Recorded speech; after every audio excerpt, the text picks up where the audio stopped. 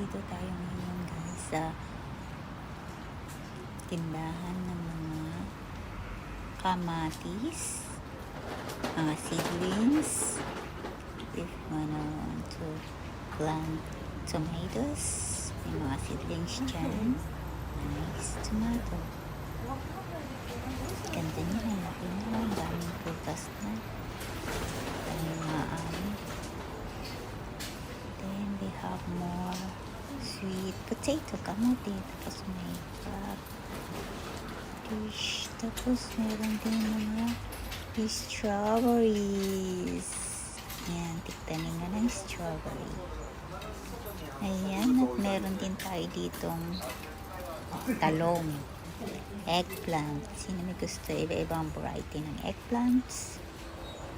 Ayan, bili-bili na. Tapos cucumber, pipino, and then may mga sili rin dyan, chili, iba-ibang klaseng varieties.